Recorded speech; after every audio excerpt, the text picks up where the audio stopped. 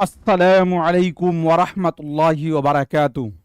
दोस्तों, मैं निशात अहमद आप तमाम साथियों का बहुत बहुत इस्तकबाल करता हूँ, खैर मकदम करता हूँ, वेलकम करता हूँ आपके अपने ही यूट्यूब चैनल जीएस ऑनलाइन पर। जो लोग यूट्यूब पे देख रहे हैं, एक मर्तबा वीडियो को लाइक कर दीजिएगा और चैनल को आप जरूर सब्सक्राइब कर लेंगे। चलिए, तो बिना लेट किए हुए शुरू करते हैं। सबसे पहला सवाल आपके स्क्रीन पर है।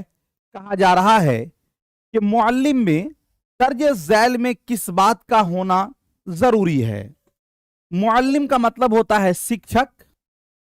ऑप्शन ए में है मजमून पर उबूर, बी में है नफ्सियात की मालूमात और सी में है नए तदरीसी तरीकों से वाकफियत और डी में है मुंदरजा सभी। देखिए, यानी ये कहा जा रहा है कि एक टीचर के अंदर क्या क्या होना चाहिए। तो देखिए, एक टीचर जो पढ़ा रहा है उस पर उसकी गिरफ्त होनी चाहिए, ये बात बिल्कुल सही है। नफ्सियात की मालूमात यानी साइकोलॉजिकल ढंग से ही बच्चे के वो नफ्स को पकड़ पाता हो, ये भी होनी चाहिए। और नए तदरीसी तरीकों यानी कि तदरीस यानी शिक्षा के इसमें जो नव निचार दोस्तों नए नए चीजें अपनाई गई है उसको भी उसका इल्म होनी चाहिए, ये सभी होना चाहिए। तो इसीलिए आपका हो जाएगा ऑप्शन नंबर डी वाला राइट हो जाएगा। अगला क्वेश्चन, तलबा को स्कूल में होने वाले बहसो मुबाहसे के मुकाबले में हिस्सा लेना चाहिए जिससे कि यानी स्कूल के अंदर जो वाद विवाद होता है, जो बहसो मुबाहसा होता है, जैसे कि बज़्म है, नात खानी है, इसमें हिस्सा लेना चाहिए। क्यों हिस्सा लेना चाहिए? तो ऑप्शन ए में है उनमें मंतकी तौर पर सोचने की सलाहियत होगी, वो अपने वालिदैन और मुअल्लिम को खुश रख सकेगा, एक दूसरे को शिकस्त दे सके, स्कूल में दिए जाने वाले इनामात हासिल कर सके। तो तलबा को स्कूल में जो बहसो मुबाहसा है उसमें इसलिए पार्टिसिपेट करनी चाहिए कि उसके अंदर मंतकी तौर पर यानी कि दोस्तों ये किसी भी चीज को ये लॉजिक तौर पर सोचने की क्षमता का विकास हो। तो इसीलिए आपका जो है ऑप्शन नंबर इसका ए वाला राइट हो जाएगा। अगला क्वेश्चन, अपने कमरे जमात के शर्मीले तालिबे इल्म में खुद एतमादी पैदा करने के लिए आप क्या करेंगे?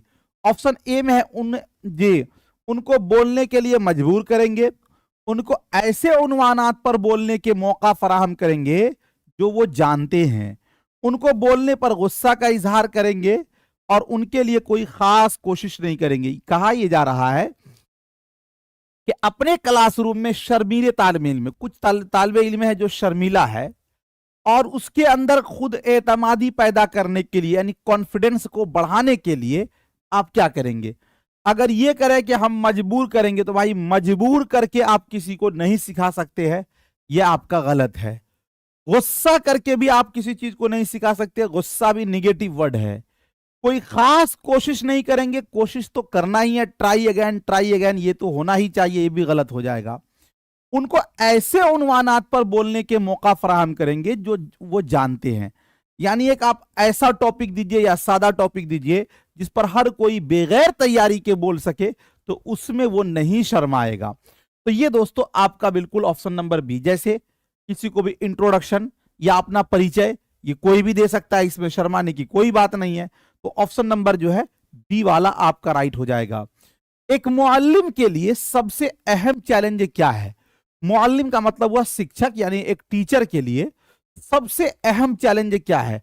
ऑप्शन ए में है कमरा जमात में नज्म जब्त कायम करना, यानी क्लासरूम में रूल और रेगुलेशन को फॉलो करना। बी में है तलबा से घर का काम कराना, तदरीस और इक्तिसाब के अमल को दिलचस्प बनाना, इम्तिहान पर पर्चा तैयार करना। एक टीचर के लिए सबसे जरूरी काम क्या है?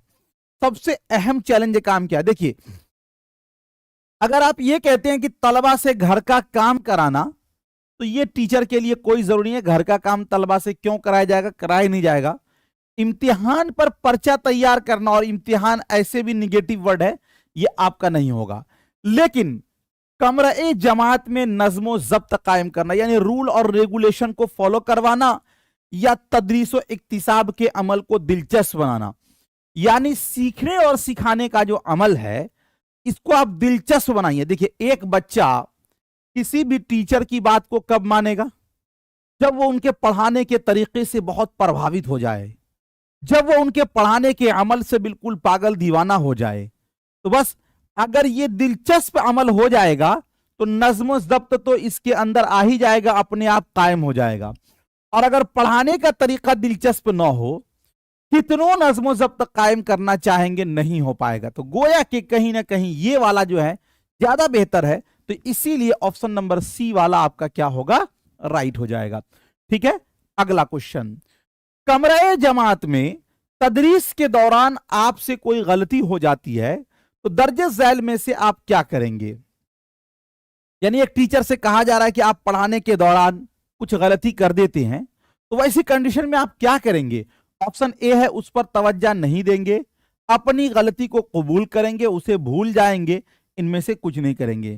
देखिए, गलती होना ये दोस्तों इस बात की दलील है कि आप सीख रहे हैं, और गलती को कबूल करना ये उससे भी बड़ी अहम बात है।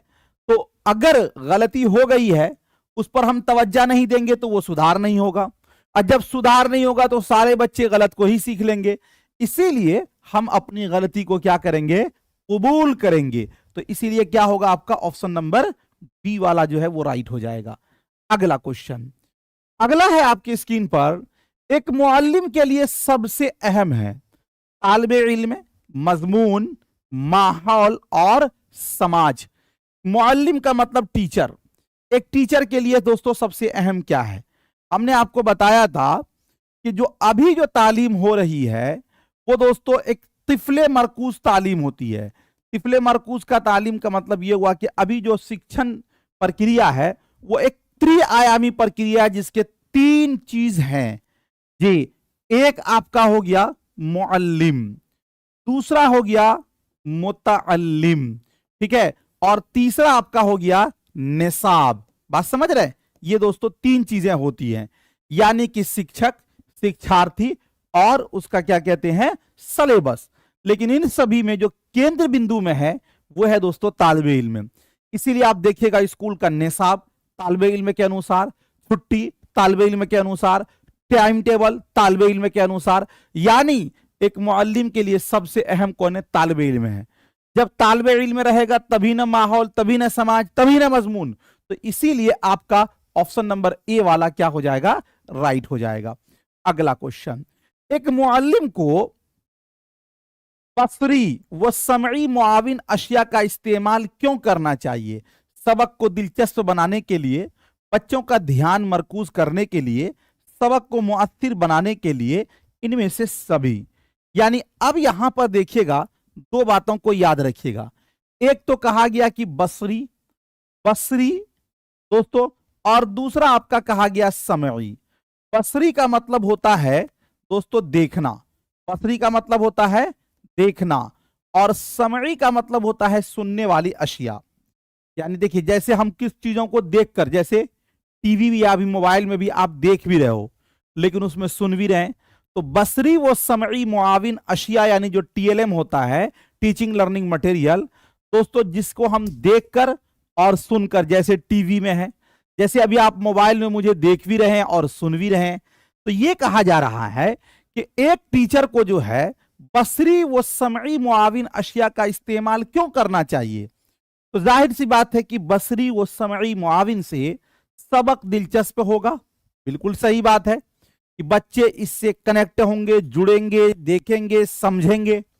बच्चों का ध्यान मरकूज होगा, जब दिलचस्प होगा तो बच्चे ध्यान भी इधर लगाएंगे। ये बात भी सही है। सबक को मुअस्सिर बनाने के लिए तो दिलचस्प होगा तभी ना मुअस्सिर होगा, इसलिए ये वाला भी राइट होगा। इसीलिए आपका हो जाएगा इनमें से सभी, यानी कि ऑप्शन नंबर डी वाला राइट हो जाएगा। अगला क्वेश्चन, अगला है, कानून हक़्क़े इत्फाल बराए मुफ्त लाजमी तालीम के कानून को हिंदुस्तान में कब नाफिज किया गया?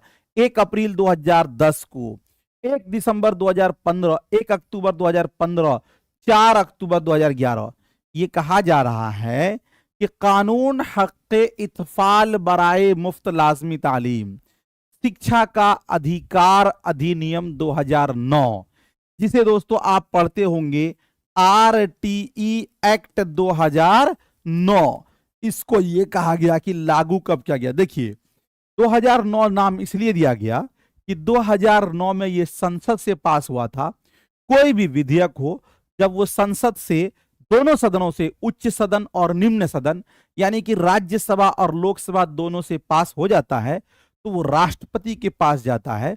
जब वहां से वो निकलकर गजट हो जाता है तो फिर वो नाफिजुल अमल होता है, यानी वो कानून लागू होता है। तो ये जो दोस्तों है कि RT एक्ट 2009 ये लागू हुआ था 1 अप्रैल 2010 ईस्वी को, ठीक है। उस समय जम्मू एंड कश्मीर जो है इस कानून के दायरे में नहीं आता था। बाद में जब जम्मू कश्मीर से धारा 370 हटा तो तब वहां पर यह कानून लागू हो गया, ठीक है। तो ऑप्शन नंबर ए वाला राइट हो जाएगा। इब्तदाई तालीम मादरी जबान में इसलिए होना चाहिए क्योंकि मादरे वतन की इज्जत में इजाफा हो, पढ़ाने में आसानी होती है, मजमून को समझने में सहूलत होती है, मादरी जबान बेहतर तौर पर सीखी जाती है। यानी यह कहा जा रहा है कि हमें मादरी जबान में तालीम क्यों होनी चाहिए, मदर टंग में। तो एक बात यह समझिए कि मादरी जबान में आप जिसको सिखा रहे हैं, किसको सिखा रहे हैं भाई, तो आप सिखा रहे हैं तालिबे इल्म को, ठीक है।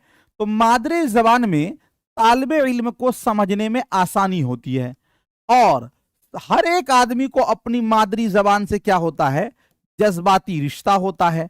आप किसी भीड़ में जा रहे हो, बहुत सारे लोग हैं, आप थोड़ा सा अपनी भाषा बोल दीजिए, बगल में कोई एक आदमी जा रहा होगा जो आपकी भाषा भी बोलता है, वो रुक जाएगा, आपको देखेगा, आपको पूछेगा कि आप कहां से हो, हम भी वहीं से, लग रहा है कि दोनों आदमी भाई बहन हो गए या भाई भाई हो गए। तो मादरी जबान से इंसान का अपना एक जज्बाती रिश्ता होता है। तो चूंकि मादरी जबान में जब तालीम दी जाएगी तो बच्चे उसको बहुत आसानी से सीखेंगे और समझेंगे और दोस्तों इससे आसानी होगी। तो अब यह कहना कि मादरे वतन की इज्जत में इजाफा, जी नहीं। पढ़ाने में आसानी, देखिए पढ़ाने में आसानी का मतलब हुआ कि उस्ताद को आसानी, तो ये तो तिफले मरकूज नहीं कहा जा रहा है। मादरी जबान बेहतर तौर पे सीखी जाती है। एक बच्चा जब 4 साल की उम्र का होता है तो वो मादरी जबान को मुकम्मल तौर पर खुद ब खुद सीख लिया होता है। इसलिए इसको सीखना नहीं कहते, इसको हासिल करना। मदर टंग सीखा नहीं जाता है, वो हासिल होता है यानी अर्जित होता है। इसलिए ये वाला आपका गलत होगा। मजमून को समझने में सहूलत होती है क्योंकि मादरी जबान से बच्चे का जज्बाती रिश्ता होता है। तो इसीलिए आपका जो है ऑप्शन नंबर सी वाला राइट हो जाएगा। अगला क्वेश्चन, अगला ये है आपके स्क्रीन पर 10 नंबर क्वेश्चन में कहा जा रहा है कि मुअस्सिर दरसे तदरीस के लिए बहुत ही जरूरी है कुतुब खाने का ज्यादा से ज्यादा इस्तेमाल, तलबा को ज्यादा से ज्यादा मवाद फराहम करना, मुनासिब अशियाए तदरीस के जरिए तसव्वुरात को वाज़ेह करना, तख्ते सियाह का ज्यादा से ज्यादा इस्तेमाल करना। मुअस्सिर दरसो तदरीस यानी ये कहा जा रहा है कि अच्छे दरसो तदरीस के लिए क्या चीज जरूरी है। दोस्तों दरसो तदरीस का मतलब होता है सीखने और सिखाने का अमल। ये कहें कि कुतुब खाना का ज्यादा से ज्यादा इस्तेमाल। एक बात बताइए, दरसो तदरीस का मतलब होता है सीखना और सिखाना। एक आदमी खूब कुतुब खाना जा रहा है, जैसे आप में से बहुत सारे लोग लाइब्रेरी दिन रात जा रहे होंगे, लेकिन वो वहां पढ़ नहीं रहे हैं, माहौल नहीं है, तो नहीं ना हो पाएगा। तो इसलिए ये बात कहीं ना कहीं गलत लग रही है। तलबा को ज्यादा से ज्यादा मवाद फराहम करना। मवाद का मतलब मटेरियल। एक आदमी 5,000 की बुक खरीद लिया, क्या वो सीटेट पास कर जाएगा? नहीं। जरूरी है कि आपको टू द पॉइंट उन्हीं चीजों को पढ़ना है जो एग्जाम में आता है ना। तो सिर्फ मटेरियल आपके पास हो जाए ये इस बात की दलील नहीं है कि आप एग्जाम पास कर जाएंगे। समझ रहे मेरी बात? अगर वैसा होता तो हर एक आदमी जो है कहीं से नोट से खरीद लेता, वो पास कर जाता। तो ये भी नहीं है, ठीक है। मुनासिब अशियाए तदरीस के जरिए तसव्वुरात को वाज़ेह करना, ये बिल्कुल परफेक्ट है और सही है। तो इसीलिए ऑप्शन नंबर सी वाला आपका राइट हो जाएगा। अगला क्वेश्चन, घर का काम देने से तलबा में आसानी से कर सकने का ख्याल पैदा करना, मश्क के लिए कोशिश करना, सोचने की सलाहियत को फरोग देना, घर पर पढ़ने का शौक पैदा करना।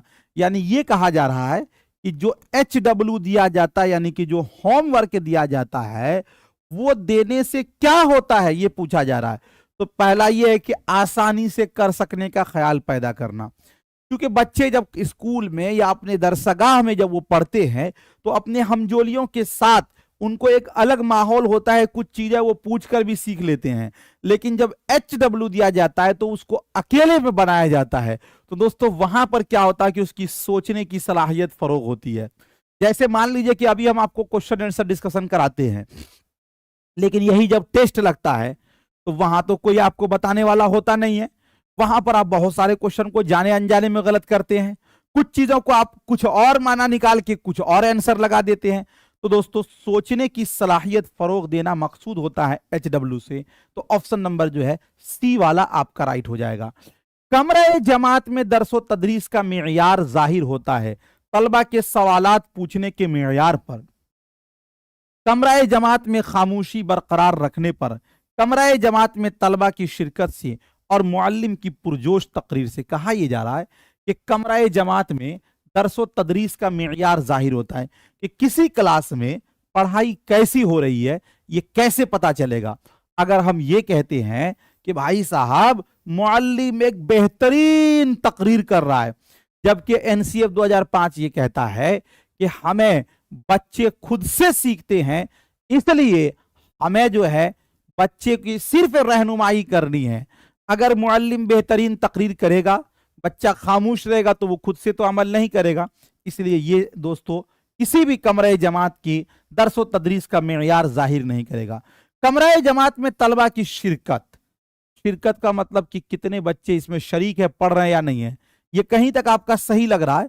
कमरा जमात में खामोशी बरकरार रखने पर, खामोश रहने का मतलब है कि बच्चे समझ ही नहीं रहे हैं, तो इसलिए ये तो नहीं होगा। लेकिन तलबा के सवालात पूछने के मेयार पर, कोई क्लास में पढ़ाई कैसे हो रही है, बच्चे क्या समझ रहे हैं, वो दोस्तों सवाल पूछने के मेयार पर ही पता चलेगा।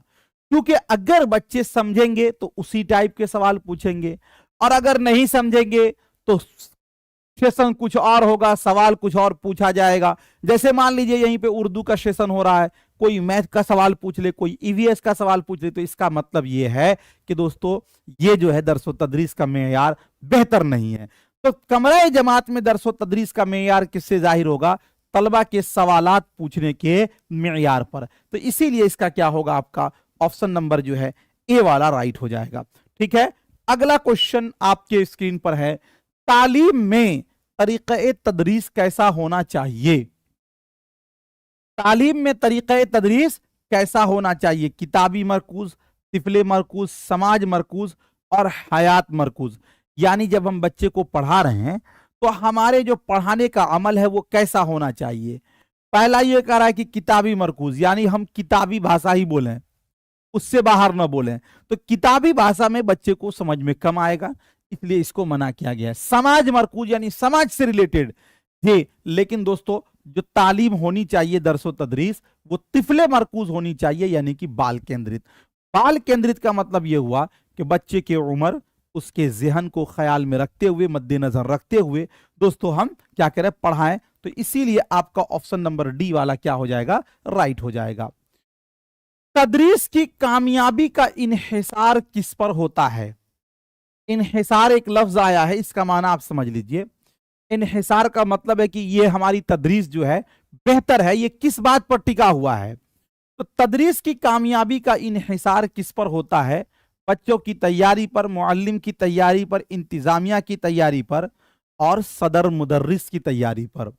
सदर मुदर्रिस की तैयारी पर कहा यह जा रहा है कि तदरीस की कामयाबी का इन्हिसार किस पर होता है। जैसे मान लीजिए सपोज दैट आपको दोस्तों अपने घर से कहां जाना हो, दिल्ली जाना हो जी, आपने रास्ते में क्या कर लिया है, कार कर लिया है, बेहतरीन A1 क्वालिटी है। एक बात बताइए, आपका जो सफर होगा वो किस पर टिका हुआ है? इस कार के अगर ड्राइवर साहब ने आपको सही से चलाया तो बिल्कुल आप अपने गंतव्य स्थान पर सही सही पहुंच जाएंगे। अगर ड्राइवर ने इधर उधर किया तो फिर आपको दिक्कतें होंगी। तो इसी तरह सारी चीजें हो, सिलेबस हो, किताब हो, बुक हो, माहौल हो, सब चीज हो, लेकिन दोस्तों आपके अगर मुअल्लिम जो उसको पढ़ाएंगे, जो सिखाएंगे वो नहीं सही है, तो फिर आप सही सही नहीं सीख पाएंगे। तो इसीलिए तदरीस की कामयाबी का इन्हिसार किस पर टिका हुआ है? बच्चों की तैयारी पर नहीं, मुअल्लिम की तैयारी पर। जी, मुअल्लिम की तैयारी पर। इसलिए कि भाई यहां सिखाना है ना, तो सिखाएगा वही जो सीखा हुआ होगा। तो सीखा हुआ आदमी अगर सही है तो सिखाएगा अच्छे से, अगर सीखा हुआ आदमी सही नहीं है तो सिखाएगा भी अच्छे से नहीं। तो इसीलिए आपका ऑप्शन नंबर बी वाला क्या हो जाएगा? राइट हो जाएगा। अगला क्वेश्चन है, एक मुअल्लिम के तरीक़े तदरीस की कामयाबी को किस तरह पहचाना जा सकता है? यानी यह कहा जा रहा है कि एक टीचर के जो पढ़ाने का तरीका है किस तरह पहचाना जा सकता है कि यह बहुत कामयाब है? तो ऑप्शन ए में तलबा की कामयाबी से, मुअल्लिम की कामयाबी से, दौरान तदरीस तलबा की दिलचस्पी से, और ऊपर दिए गए सभी से। कहा यह जा रहा आपसे कि एक मुअल्लिम की कामयाबी को आप कैसे पहचान सकते हैं? तो देखिए, अगर हम ये कहें कि तलबा की कामयाबी से, कि बच्चे कितने परसेंटेज में वहां से रिजल्ट लेते हैं, ये मुमकिन है कि भाई बहुत सारे बच्चे बहुत सारे परसेंटेज ले आए, ये भी मुमकिन हो सकता है कि कुछ बच्चे का परसेंटेज अच्छा नहीं हो। इसलिए ये कहना कि तलबा की कामयाबी से तदरीस का पहचान लगाना ये गलत होगा। मुअल्लिम की कामयाबी, जी नहीं, मुअल्लिम की कामयाबी यहां से इससे नहीं लगेगा, लेकिन दौरान तदरीस तलबा के दिलचस्पी से। अगर एक मुअल्लिम पढ़ा रहा है, यानी एक शिक्षक पढ़ा रहा है, बच्चे उससे दिलचस्पी ले रहे हैं, इंटरेस्ट ले रहे हैं, तो गोया के वो तरीक़े तदरीस क्या है? कामयाब है। आदमी किसी चीज से इंटरेस्ट क्यों लेता है? जब उसको वो चीजें समझ में आए। जब आपको समझ ही में ना आए तो आप उससे इंटरेस्ट लेते हैं? नहीं लेते हैं। तो इसीलिए दोस्तों, दौरान तदरीस तलबा के दिलचस्पी से, ऑप्शन नंबर जो है सी वाला आपका राइट हो जाएगा। किसने कहा बच्चों में सीखने की सलाहियत होती है? फ्राबेल ने, मॉन्टेसरी ने, रूसो ने, और जॉन डी.वी. ने। किसने कहा कि बच्चों में क्या होती है? सीखने की सलाहियत होती है। देखिए, एक तो हम लोगों ने पढ़ा था कि अगर ये पूछ ले कि किसने कहा कि बच्चों के अंदर सीखने की सलाहियत जो है वो पैदाइशी होती है, तो दोस्तों इसके अंदर हम लोगों ने दो बात पढ़ा था। एक ने कहा था कि समाजी तामुल से बच्चा सीखता है, तो समाजी तामुल में दोस्तों नाम आता है किसका? तो लेवायु-गोत्स्की का, लेवायु-गोत्स्की का। और जबकि दोस्तों नोम चॉम्स्की ने कहा था कि बच्चे के अंदर सीखने की सलाहियत पैदाइशी होती है। लेकिन ये बात किसने कही थी कि बच्चों में सीखने की सलाहियत होती है? ये बात दोस्तों मॉन्टेसरी ने कही थी। और एक बात याद रखिएगा, मारिया मॉन्टेसरी एक विधि भी है जी, जिसके अंदर गत्ते वगैरह को छू छू कर सिखाया जाता है जी। ऑप्शन नंबर आपका बी वाला राइट हो जाएगा। स्कूल की तालीम को क्या नाम दिया जाता है? रस्मी तालीम, गैर रस्मी तालीम, तालीम बालगा, और इनमें से कोई नहीं। जो तालीम होती है वो दो टाइप की होती है। एक दोस्तों, आपने स्कूल में टाइम टेबल से आप पढ़ते हैं, ठीक है। एक वो तालीम जो आप घर पर पढ़ते हैं, तो ये घर पे सीखते हैं, घर की जबान, वो गैर रस्मी तालीम है। स्कूल, कॉलेज, मदरसा, मकतब, ये सब दोस्तों आपका हो जाएगा रस्मी तालीम। और रस्मी तालीम को ही कहेंगे फॉर्मल जे एजुकेशन। तो दोस्तों आपका हो जाएगा ऑप्शन नंबर ए वाला जो है वो राइट हो जाएगा। अगला क्वेश्चन, इब्तिदाई खानदगी से क्या मुराद है? खानदगी का मतलब होता है पढ़ना, और इब्तिदाई का मतलब होता है स्टार्टिंग। स्टार्टिंग पढ़ने से क्या मुराद है? ऑप्शन ए है बच्चे के पढ़ने और लिखने में होने वाली पेशरफ्त के इब्तिदाई मरहले। यानी एक बच्चा जब पढ़ता है और लिखता है तो स्टार्टिंग में जो गलतियां होती है उसी को कहेंगे इब्तिदाई खानदगी, या नए खानदा के पढ़ने और लिखने में होने वाली पेशरफ्त के इब्तिदाई मरहले। देखिए, दोनों में फर्क है। इसमें कहा गया बच्चा, मतलब अगर कोई जवान आदमी, हम लोगों के जैसा आदमी पढ़ना शुरू करे तो वो इसमें नहीं आएगा, इसलिए कि इसमें बच्चा कहा गया। इसमें कहा गया कि नए खानदा, यानी जो नया नया अभी सीख रहा है उसके पढ़ने और लिखने में होने वाली पेशरफ्त के इब्तिदाई मरहले, पहली नस्ल के पढ़ने और लिखने में होने वाली पेशरफ्त के मरहले, बालिगों के पढ़ने और लिखने में होने वाली पेशरफ्त के मरहले। तो दोस्तों आपको यह क्वेश्चन पूछा गया है कि इब्तिदाई खानदा। देखिए, इब्तिदाई खानदगी अगर हम ये कहें कि बच्चे के पढ़ने लिखने, तो गोया के पढ़ने का कोई उम्र नहीं होता।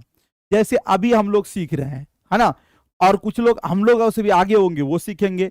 तो इसलिए ये कहना कि नए खानदान यानी जो जिसने पढ़ना शुरू किया है उसके पढ़ने और लिखने में होने वाली पेशरफ्त के इब्तिदाई मरहले, इसी को कहेंगे इब्तिदाई खानदान। तो दोस्तों ऑप्शन नंबर बी वाला आपका बिल्कुल राइट हो जाएगा और सही हो जाएगा।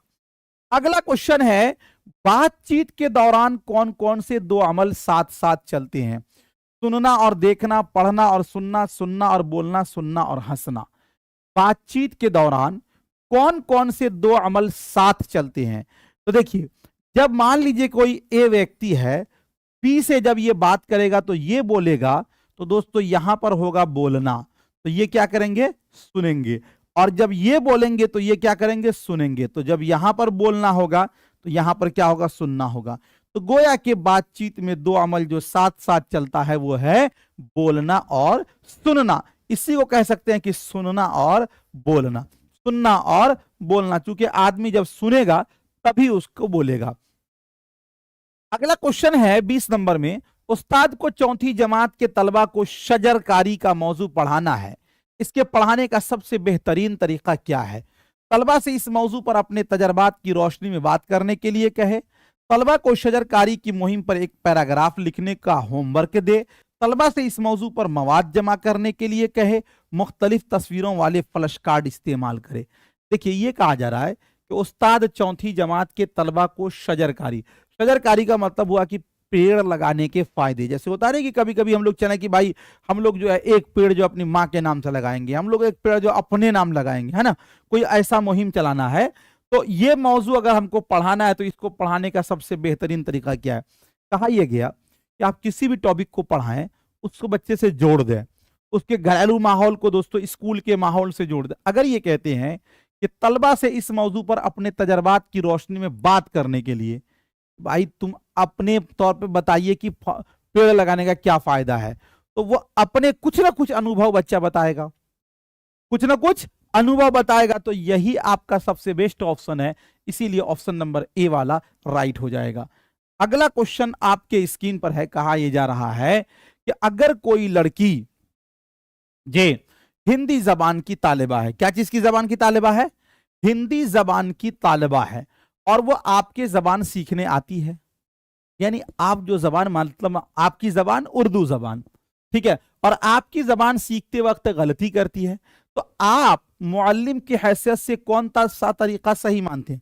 एक लड़की है और वो लड़की जो है किस जबान की है? हिंदी जबान की है, और वो हमारी जबान सीखने आ रही है, यानी कि उर्दू जबान सीखने आ रही है। तो आपकी जबान सीखते वक्त वो गलती करती है, तो आप मुअल्लिम की हैसियत से कौन सा तरीका सही मानते हैं? हम लोगों ने ये पढ़ा था कि दोस्तों गलती होना इस बात की दलील है कि बच्चा सीख रहा है ना। गलती जो है वो आमोजिश की दलील है। तो पहला ये है कि उसे उसे उसकी गलती करने को बार बार याद दिलाना चाहिए, यानी जो वो गलती करे उसको हमें बार बार याद दिलाना है, या उसे जबान सीखने का ज्यादा से ज्यादा मौका देना चाहिए, यानी वो गलती कर रहे हैं तो उसको हम ज्यादा से ज्यादा मौका देंगे।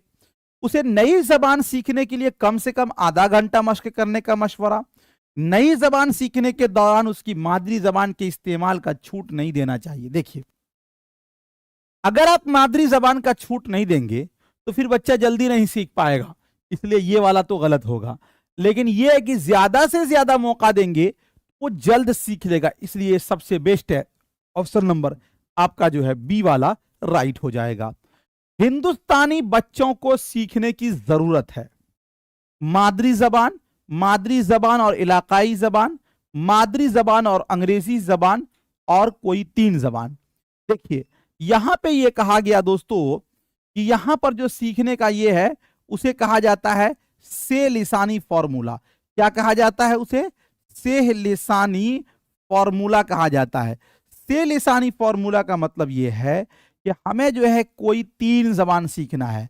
पहली जबान आपकी जो जबान होगी वो आपकी है मादरी जबान, दूसरी जबान जो है वो आपकी इलाकाई जबान भी हो सकती है, या दोस्तों आपकी रियासती जबान भी हो सकती है, और जो तीसरी जबान है वो दोस्तों एक दूसरी जबान हो सकती है, यानी कि मियारी जबान, या फिर आप जिसे हदफ जबान कह सकते हैं। तो हिंदुस्तानी बच्चों को कितनी जबान सीखने की? तो कोई भी तीन जबान सीखने की जरूरत है। ऑप्शन नंबर डी वाला राइट हो जाएगा। जबान पढ़ाने के लिए समई व बसरी तरीका कार का इस्तेमाल किस लिए मुफीद है? क्योंकि यह कहा जा रहा है कि भाई जबान जो है, जबान का मतलब हुआ भाषा, और भाषा तो ऐसे ही बोलने से आएगा, तो उसमें हमको समई और बसरी यानी सुनने और देखने वाला आला, उसका इस्तेमाल किस लिए हम जो है इसको मुफीद मानते हैं जी। तो पहला ये कह रहा है कि दुरुस्त तलफ्फुज के लिए, सही तहरीर के लिए, दुरुस्त पढ़ना, और इनमें से कोई नहीं। चलिए बताइए क्या होगा राइट आंसर। दोस्तों जी, क्या कहा जा रहा है आपसे, इस जबान पढ़ाने के लिए समई व बसरी, समई का मतलब हुआ सुनना और बसरी का मतलब हुआ देखना, इन दोनों का तरीक़ाकार का इस्तेमाल किस लिए मुफीद है? देखिए, अगर हम किसी चीज को सुनेंगे भी और देखेंगे भी तो इससे हमारा जो है ना तलफ्फुज सही होगा। क्या सही होगा? तलफ्फुज सही होगा, प्रोनाउंसिएशन। तो इसीलिए आपका जो है ऑप्शन नंबर ए वाला राइट हो जाएगा। ठीक है। किसी की नकल न करके अपने उसलूब में लिखना कहलाता है अफसानवी, मकालमा, तख्लीकी और खत। किसी का न नकल करें, अपने ही जबान में लिखें। जैसे मान लीजिए हमने कोई किताब से नहीं लिखा, किसी बोर्ड से नहीं लिखा, हमने अपने जबान में लिखा, तो दोस्तों वही कहलाता है तख्लीकी, क्रिएटिविटी जिसे आप कहते हैं, रचनात्मक कहते हैं, वही ऑप्शन नंबर सी वाला आपका राइट हो जाएगा। चलिए, तो ये टोटल 22 क्वेश्चन हमने 24 क्वेश्चन पेडागोजी का किया है। अब एक जो है ना यहां पर नज्म दिया गया है। यूट्यूब में जो लोग देख रहे हैं भाई, एक बार वीडियो को लाइक कर दीजिएगा। एक नज्म दिया गया है, इस नज्म को हम पहले नहीं पढ़ेंगे, पहले हम क्वेश्चन पढ़ेंगे। देखिए, नज्म और पैराग्राफ, सीटेट में अगर हिंदी का हल करते हैं तो पहले पैराग्राफ पढ़िए, और अगर आप उर्दू हल करते हैं तो पहले आप क्या करें कि दोस्तों क्वेश्चन को पढ़ें। तो इसका क्वेश्चन हम पहले देखेंगे। क्वेश्चन क्या है? क्वेश्चन ये है कि वह क्यों उदास बैठा था? रास्ता भूलने की वजह से, दाना न मिलने की वजह से, अंधेरा होने की वजह से, दोस्तों के बिछड़ने की वजह से। अब देखिए, टहनी पर किसी शजर की तन्हा, बुलबुल था कोई उदास बैठा। टहनी पर किसी शजर की तन्हा, बुलबुल था कोई उदास बैठा। अब उदास क्यों बैठा था उसकी वजह नहीं बता, आगे है। कहता था कि रात सर पे आई, उड़ने चुगने में दिन गुजारा। पहुंचूं किस तरह आशियां तक, हर चीज पर छा गया अंधेरा। सुन के बुलबुल के आहो जारी, जुगनू कोई पास ही से बोला। हाजिर हूं मदद को जानो दिल से, कीड़ा हूं अगरचे मैं जरा सा। क्या गम है जो रात है अंधेरी, मैं राह में रोशनी करूंगा। तो दोस्तों यहां पर आप देखेंगे, टहनी पर किसी शजर की तन्हा, बुलबुल था कोई उदास बैठा। कहता था कि रात सर पे आई, उड़ने चुगने में दिन गुजारा। इसलिए कि रात सर पे आ गई है, इसी वजह से वो क्या था दोस्तों? उदास था। तो अब आपको यहां पर देखेंगे कि वो क्यों उदास बैठा था? रास्ता भूलने की वजह से नहीं, दाना न मिलने की वजह से नहीं, दोस्तों के बिछड़ने की वजह से नहीं, अंधेरा होने की वजह से। अंधेरा होने की वजह से ऑप्शन नंबर सी वाला राइट हो जाएगा। बुलबुल की बात सुनकर कौन आया? जुगनू आया, तोता आया, कौवा आया, कबूतर आया।